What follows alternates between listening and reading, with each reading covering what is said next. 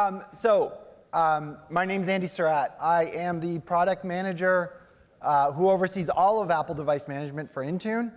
I'm here with Neil Johnson, who is a PM on Intune, and Ben Flamm, who's also a PM.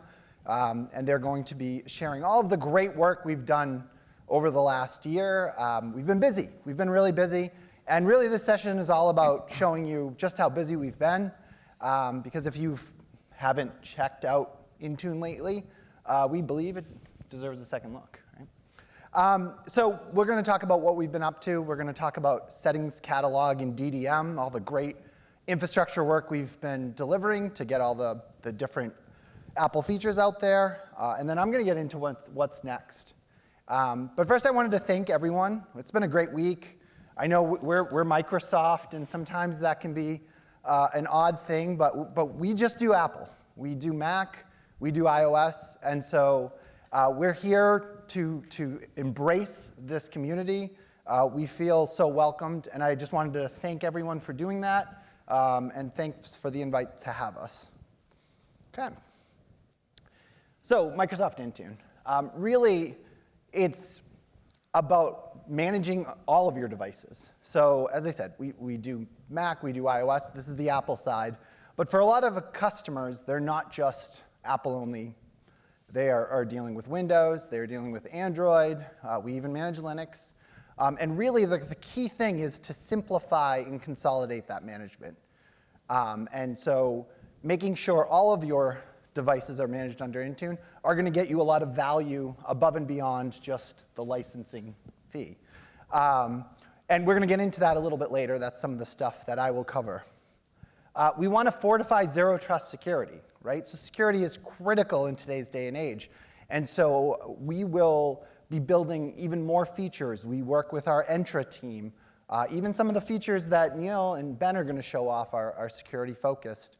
And they're all built off of some of the great work. I see the Apple folks in the corner, so I'm pointing over there. But off the platform, things like Secure Enclave. It's critical to deliver secure features by default. And we want to increase satisfaction. So we want to make managing better. We want to improve the user experience.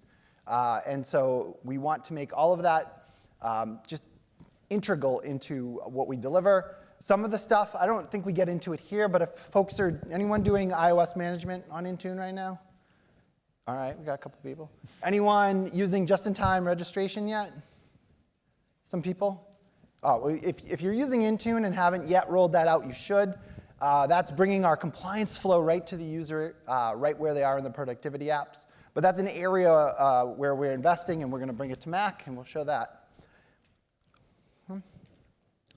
So how do we approach managing Macs? Well, platform first, we've done a lot of investments. We're really looking to the future. We want to embrace what Apple releases.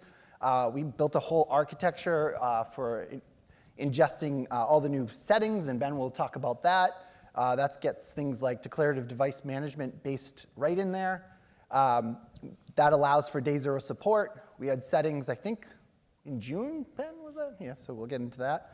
And really, we're going to look to continue to build on DDM. We think that's going to be the future of management, and we'll be there to keep pushing and making that better.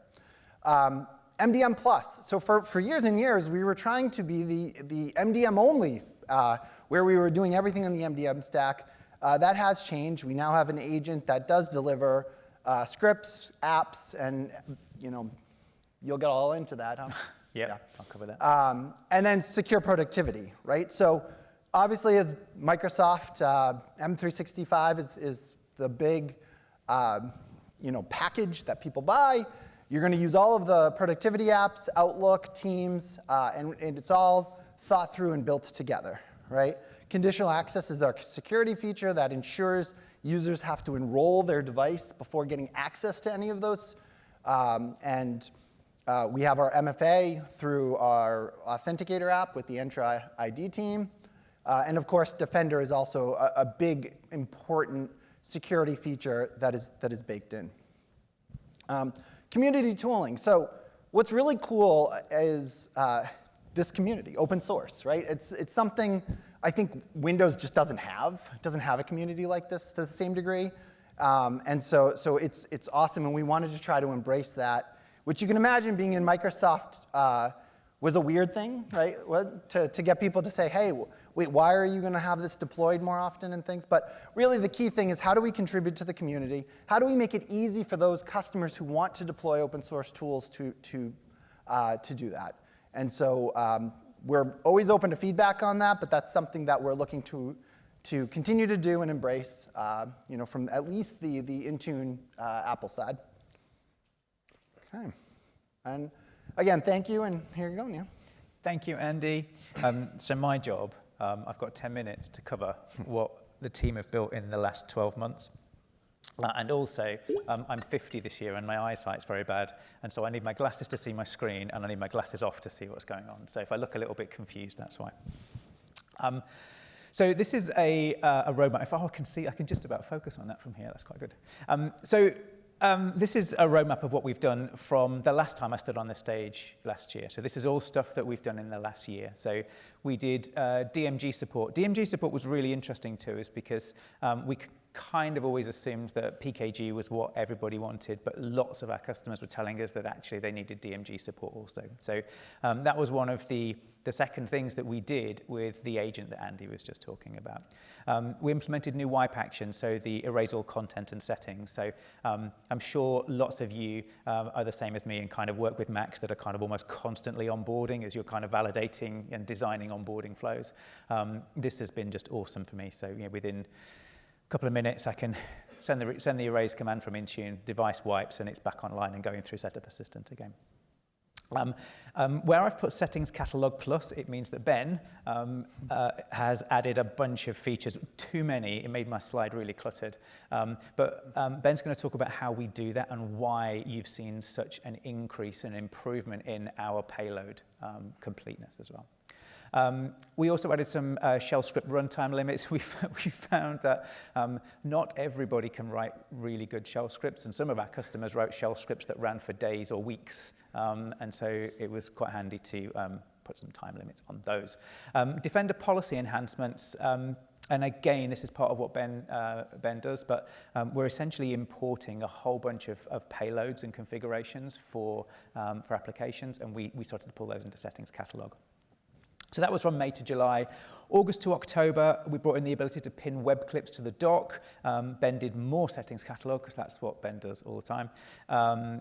Even more Defender policy enhancements, so there was a huge amount of Defender stuff that was happening in that time. We also added macOS Sonoma support. So again, part of that investment in the way Settings Catalog works and the way we import those payloads from Apple, that allowed us to bring in Sonoma support within, it was the sprint after WWDC last year. So as soon as Apple had announced the changes and the betas, those payloads were kind of in Intune, ready for us to test. And then we also added DDM software update, which was huge. That was announced really as in the June timeframe, and we were able to get that out really, really quickly. This was huge for our customers because the previous software update, the remote command, was less. We had some issues with making that work. So this has been fantastic, and some really great feedback on that as well. November down to January. Defender policy enhancements, more Settings Catalog. We ship custom PKG. As Andy mentioned, we always try to do everything we can via the MDM stack, right? The strategy within Intune is to align with Apple and to work with the Apple engineering team and do as much as we possibly can over the management channels that are provided to us. But the feedback from tons of our customers was like, hey, we've got all these packages or these PKGs that we've built, and we just can't deploy them, and they're just not working over the MDM delivery channel for us. So we built in the capability of doing that via our agent, which has been absolutely great. Ben added the date picker for DDM software updates, which meant you didn't have to type in the silly long date thing, which was really frustrating. And then we also added increase in size limits for DMG and PKG to 8 gigabytes, which again was based on feedback from customers to tell us that the 2 gigabyte size limit we arbitrarily picked when we shipped it wasn't quite big enough. February to April, we did await final config. So this is holding the Mac in Setup Assistant and waiting until we've got some policies on there that we need. We did local account management. So one of the nice things about Intune, when we do our enrollment flow in Setup Assistant, we're authenticating to Entra. And as part of that flow, we get a whole bunch of information about the end user, and that means we can pre-configure the end user details as well. We then added support for pre and post scripts in custom PKG. So this is the ability to execute pretty much any kind of shell script before and after the PKG installs. Ben did yet more settings catalog work. We also shipped Cloud PKI and Remote Help. These things are part of our Intune suite, so this additional set of value. Both of those support Mac.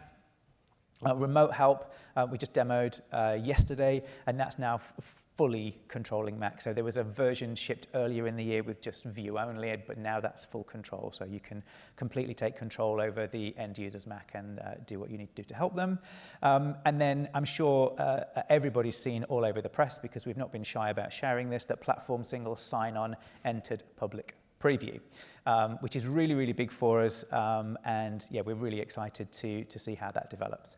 So that's the last 12 months. I've got a little demo which helps visualize some of that. So I'm not sure. Do I click it?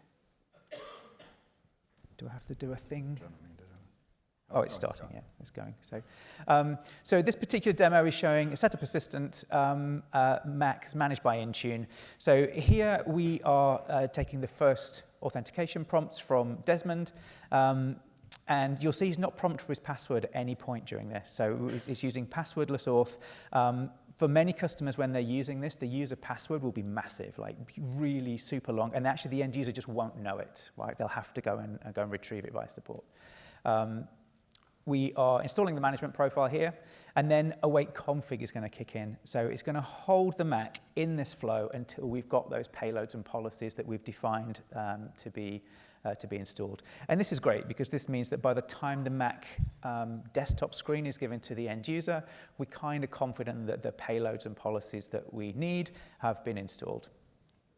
So this is real time. I've not sped this. I was kind of quite keen not to speed this up, so that it kind of you got an idea of what the actual end user experience was like.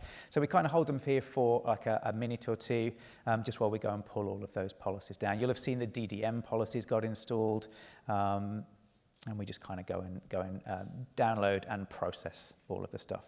But I always run out of things to say while I'm staring at the screen. It's like watching paint dry. So we get here, finishing enrollment, obtaining user configuration. We're getting the details from Entra, so we can pre-configure the user account screen here. So you'll see it's kind of grayed out. We're planning to do lap support later in the year, so we'll be able to kind of do some more integrations here. And then we go and create this local user account. We show them the enable location screens. We've controlled in Intune which screens can be seen. We're doing File Vault here, which is a great new feature for Sonoma, which we really love this. So File Vault's being configured and escrowed up to Intune before we're giving the end user the desktop, which is great. This is Swift Dialog. So I've just done a demo of this upstairs. The way this works for us is we deploy a custom package that executes in the background during Setup Assistant, and it's literally in the post-install script. It's just waiting for the doc to appear. So it just sits there spinning around, waiting for the doc to appear. As soon as the doc's visible, we launch this screen so we can show the end user what's happening. This is really common for most of the customers that I work with. I did speed this bit up, I have to be honest. I wish it was always this quick. Now we can see the prompt for registration required in the top right for Platform Single Sign-On. We're also using Platform Single Sign-On to downgrade the user from an administrator to a standard user. So you can see here Desmond is an admin of this Mac. But once he completes Platform Single Sign-On, which he needs to do for compliance, he can't access any corporate resources until he's completed this flow. So he starts the flow, puts his local account password in, authenticates to Entra, and again, passwordless auth. We're using Secure Enclave here. So the credentials and the workplace join data that we need is all being stored in the Secure Enclave. It's not in the keychain. So you can't export it and you can't transfer it. It makes the device work very much like Windows Hello for Business. So it's the same security protocols and it's the same enforcement. So during this flow, we're now validating that this Mac is compliant. So it's checking things like file vault, it's checking versions and all of those kinds of things. At the end of this flow, it's going to ask us to grant the passkeys permission to company portal that we need later. You don't actually need it for this flow, but you need it for secondary auth if you're going to use that later. We all know how important passkeys are, so we need to grant this. And if anyone's listening from Apple, we'd really love a control to do this automatically. We have to enable this, which is great. So now the device is registered in Intune, it's registered in Entra, it's compliant, it's secure, we've got Defender installed, and our end user Desmond should have, well, it's a demo. I know definitely he's going to be a standard user because I saw it when I recorded it. So now we see it's gone down to a standard user, and it's not scripted, it's nothing hookies going on here. This is the platform single sign-on that's done the downgrade for us. Which is really cool. I quite like that. So the next thing we're going to do is launch some apps and see what that experience is like. So we're going to do the first runtime of Outlook. And then what we should see here is because of platform single sign-on, the apps that are using the Microsoft Authentication library will automatically know who I am. So it will know for this particular user that his name is Desmond, it knows his authentication, and it will go and do the Entra auth automatically for him. We're also validating compliance at this point. So at app launch, we're checking again whether the device is compliant. So we saw that's a pretty slick onboarding process. The end user doesn't have to do much. They're not being prompted for credentials. Another example here is with Edge. So we're going to launch Edge. I wish I had a faster test Mac, actually. So we're going to launch Edge. We're going to sign in. It automatically knows who we are. It knows that we're already signed in. So they just have to tap on the button. It signs them in, and then they're done, right? So at this point, they can choose if they want Edge as the default browser. We can set this in policy if we need to. But then as soon as we try and go to any Microsoft 365 endpoints or anything that needs that token, it just signs us straight in, and the user's not being prompted for it. So the end user experience there, we'll just kind of recap a little bit. We never prompted the user for their password. It was all done using passwordless auth. So if you think about that, it becomes fishless MFA, right? So there's no way that end user, so Desmond in this flow, there's no way his password can be phished. No one can get his Entra password because he didn't need to know it. He only needed to know it once when he set up Authenticator on his phone. All of the credentials and all of the security data is stored in the secure enclave on the Mac, so it's protected, can't be exported, can't be exfiltrated. We can trust it. We also ship something called device attestation, which it's very difficult to demo, but it's kind of on here. And that combination of platform single sign-on and attestation means that we can trust this device and the identity on it. We did configuration for File Vault. We showed them Swift Dialog to show what was happening, and then we had their apps all pre-configured for them at the end. So that's kind of a rough summary and demo of what we've been up to for the last 12 months. I'm going to hand over to Ben, who's going to cover how settings catalog works and some other things about DDM. Yep. So I'm Ben. If you didn't know, I work on settings catalog. But I also do a ton of other things. So with Platform SSO, coming to conferences and presenting on the work that we've been doing, I'll go ahead and jump ahead. Platform SSO is what everyone always wants to talk about, but me, I have an engineering background, I'm super nerdy, I love talking about this stuff, not just like the user experience improvements, but also what we've been doing in the back end. So I'm super excited to show you all this today. I always like to frame this conversation around, a few years ago, like Andy was saying, we acknowledged that we had a management gap in settings and apps, and we started to fill these gaps, and we have filled these gaps.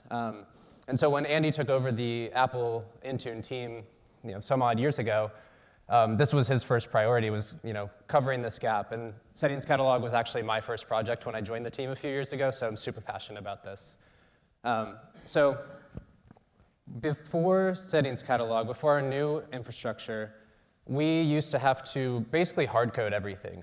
We'd have to use a sprint for doing work in the graph in the back end, and then do the front end the following sprint. So just for one single setting that Apple released, it would take us months to support, at least 2, sometimes up to 4. But to us, we feel like settings, we know that they're core to MDM. Settings should just be simple, and then we should be able to use them to innovate on top of them. So looking at what we've done, we've shifted from that hard-coded infrastructure to having a more data-driven infrastructure.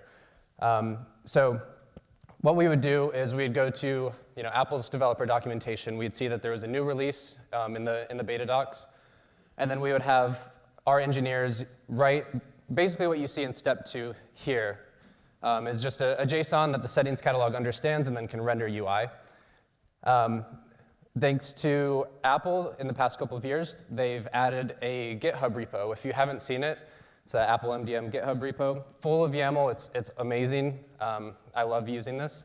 But we've essentially automated our entire settings ingestion process using this. So what happens is we get notified of a change in the repo, some OS releases, and then we take that YAML documentation and then turn it into a process JSON that the settings catalog can understand, and then render into the very simple, simple Boolean value that we have here. But what's really awesome about that is that obviously it's automated, but it has all of the applicabilities and everything, device versus user channel, what OS version it applies to. All of that's encoded into the background. And so what we love about this is that, like I said, it's allowed us to shift our focus from just having to take time to implement these settings to now settings are almost an afterthought. We can just look at them and say, like, how can we innovate on top of these? So with Platform SSO, for example, we've been able to take settings from that and think about what can we do on top of this. So super excited about that. With Settings Catalog 2, I know this is a payload, so this is just a restriction as an example, but we also know that we had to add commands in for support here too. So there's the manage settings command as a good example. It's enable, disable Bluetooth, which really just kind of sounds like a restriction setting, right? So under the hood, it's actually a command, so we've added and baked in support for that as well.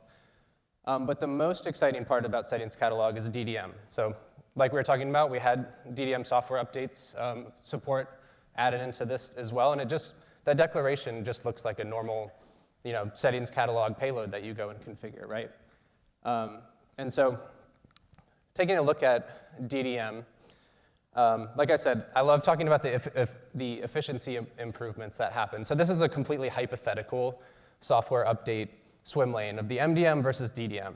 And so, if you're familiar with the MDM protocol, there were 4 commands for Mac specifically.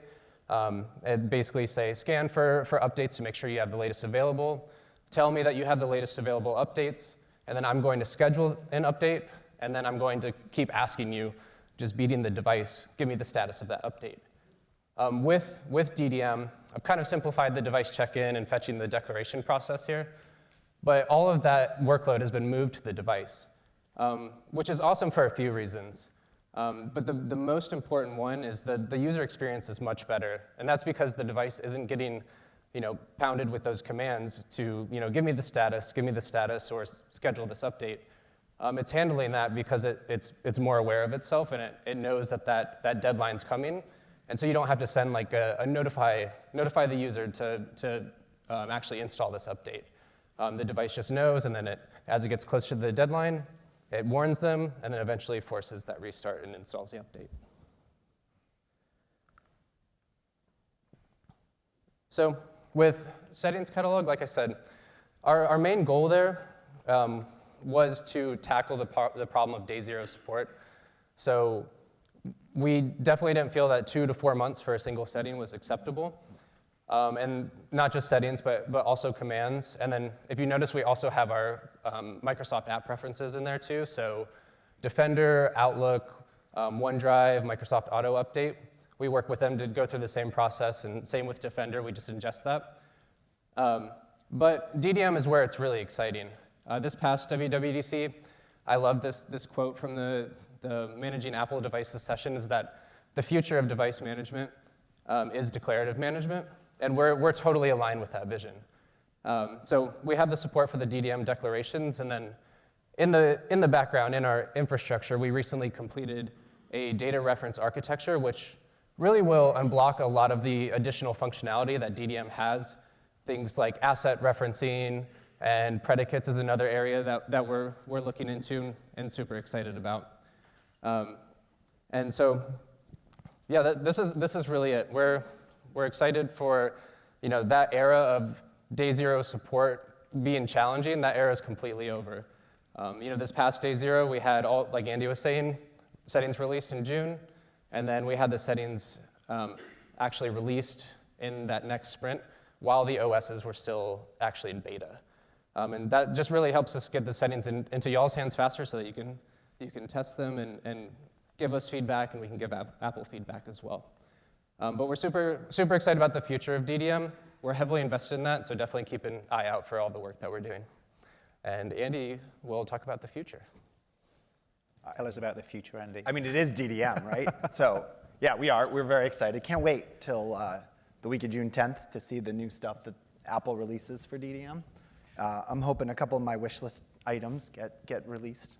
But what's next? Okay, so Neil covered what we released in the last 12 months, Neil, not just what we were doing. We've been busy. And then Ben talked about all of the infrastructure investments we've been making to make easy features out the door, right? But in Mac management, we have a lot more coming throughout this year and then beyond. Managed device attestation. So that's actually in private preview. So if people are interested, let me know. We can get you onboarded. That's both iOS, that's macOS. And so again, a really critical secure feature. The management cert gets sent down. It's now an ACME cert. That is in the secure, bound to the secure enclave. And so it can't be removed and replayed on another device. This goes back to earlier talking about secure by default. Platform SSL will GA sometime. I don't know when, but it will. Promise you that. Standard user management. So this is all about making the ability to do laps and further enhancing what we've done with local account management. Enrollment time grouping. So this is another feature we've gotten private preview for iOS. Again, if you're interested, let me know. This is in the enrollment profile. You can add a static group. And so any apps or policy that you target against that static group will be sent to that device directly. It should dramatically improve any latency that you see with things getting to that device, especially with ADE. Some people use our filters functionality for that today and now, but this is going to be a much more direct option. With configuring, so we talked about just-in-time compliance. So in Platform SSO, the device is registered. What just-in-time compliance does is it brings that experience right to the Office app. So if you're in Outlook and you get blocked because you need to update your OS, the experience is not going to be go to the company portal, which no one really understands what that app is. It's going to tell them right there that they need to update to the OS. So instead of bringing the user to management, we're bringing the management to user. And we think that's a much better experience, and that should be rolling out later this year. One critical feature for customers is certs in the user keychain. Again, that is rolling out. I know for those that deploy certs, that has been a big gap we needed to address, and that's coming. Custom compliance is pretty self-explanatory. For customers that have been using it on Windows or Linux, we're bringing it to Mac. Additional data-driven settings template. So all that work that Ben had talked about for the settings catalog is great. It's speed, right? We get you all those settings. We get functionality. It may not be the most beautiful thing. So templates are a more curated experience, and so we will be using that same data-driven engine, but to build these templates, to be a little bit more guided, I would say. And then DDM software update reports is the last thing. So what you're going to see with DDM or with anything, I think any of these new features, we will go out with the generated UI automatically, and then you'll see us build on it. That's what we did with software updates. First, it was just enter the date yourself. Then we'll get a dropper, date dropper. Then we will get a lookup. And so you'll always see a continued evolution to make it easier. But again, we want to make sure that the feature is out there in your hands first, and then we'll improve usability as we go. Available custom apps, so that's a big one. So PKGs, DMGs, scripts as PKGs. They're all going to be available in our company portal as available apps. That one is coming later this summer, along with custom app detection. We have heard from customers on that. So a lot of great work happening for macOS. And this doesn't even include all of the extra work that Apple is going to tell me I have to go do in a couple weeks. So, but that's Mac, and that's what we focus on. But one of the values of Intune, as I was saying earlier, is we are about all of the devices. And we are going to be working on a whole lot more in terms of analytics and automation. And we know this is one of the areas we really need to deliver for customers. So all of these endpoints, all of your devices, whether it's a Mac or iOS, whether it will be a Vision Pro, Linux, Windows, you need to be able to get access to that data. And so we're building an entire new data pipeline for this data so that you can put it to work.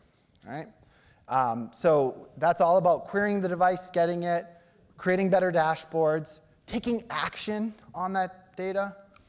And so we're first, and this is already released on Windows for those that know that. And I know I hate to say that at a conference like this, but this is all cross-platform work. But we are doing something called device query.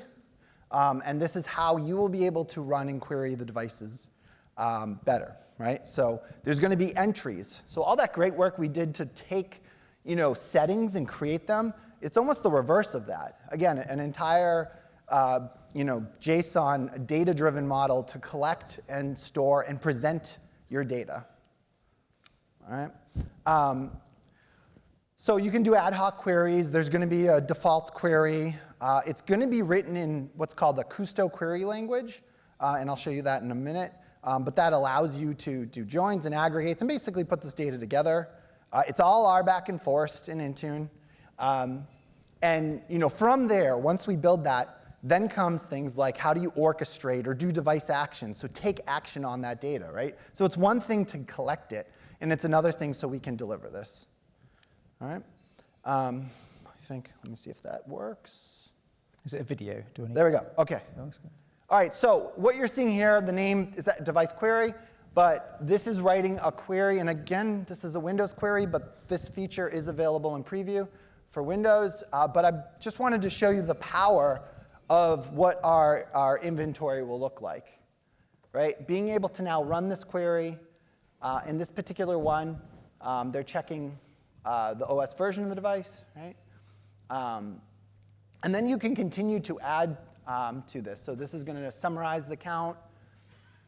I'm not going to show this is a long thing. What do we have for time? Probably over. Probably over. OK, I'm already over. All right. We'll let it run.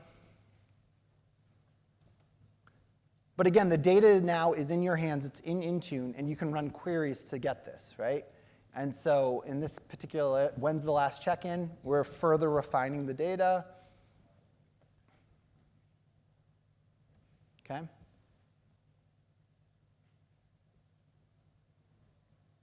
And now we're going to check for reboot pending.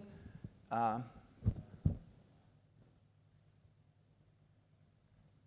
there you go. You can see if reboot is pending. And you can further drill down right here. All right, in the interest of time, though, I need to talk about Security Copilot. So if we gave you all this data, right, we're going to be collecting it and putting it to power. You just saw where you could run those things. But what about Security Copilot? That's the big buzz, right, AI. Well, now, how does that work for Intune? And so here's a good example. So within the Intune console, we have our Copilot. And in this one, we asked me, tell me everything about this iPad, right? And in this particular example, Copilot's like, well, that's a lot. What do you really want to know about this iPad, right? So you can see that over there. And there's contextual questions here, right? So what apps are installed? Is this device compliant? So you can actually ask it a follow-up question. So this particular device has 6 managed apps. It tells me which apps are on that device, right? And then look, it tells me where to find more data. So I click on the managed apps monitoring, and oh, wait. What's going on over there? There's a couple of errors. Let me check that out. All right, so I'm going to ask about that. And it actually will tell me why I'm getting that error code and explain to me what that error code means. And then maybe I can understand more things, like how broad that impact is. Right? And so again, with Security Copilot running in Intune, you're going to be able to put it to work for you, simplify, help with troubleshooting, support. All right, and oh, I think that is it. Sorry.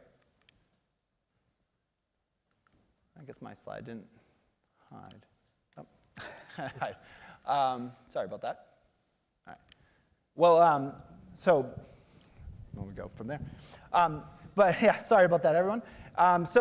But basically, being able to put the power of Security Copilot is going to be part of that plan. So again, collecting more data, all the data from the device, putting it in your hands to be able to do what you need. Run different queries, run actions on that, run orchestration. And then on top of all of that, start to leverage Security Copilot to do this troubleshooting work. And so that's really what's coming, mostly like later this year, but probably next year you'll see more of it on the other platforms like that are not Windows.